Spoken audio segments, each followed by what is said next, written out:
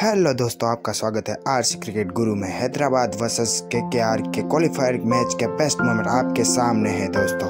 IPL 2024 की सबसे सफल ओपनिंग साझेदारी ट्रेविस हेड और अभिषेक शर्मा को तोड़ने में सफल रही केकेआर की टीम, और इसी के साथ इनिंग की दूसरी ही गेंद पर ट्रेविस हेड को बोल्ड कर चलता किया पवेलियन की, और मिचेल स्टार्क ने मोमेंट नंबर 2। 8 साल के बाद आईपीएल में कमबैक करने वाले ऑस्ट्रेलियाई फास्ट बॉलर मिचेल स्टार्क ने चटकाई 3 विकेट और दिखाया अपना जलवा क्वालिफायर 1 में।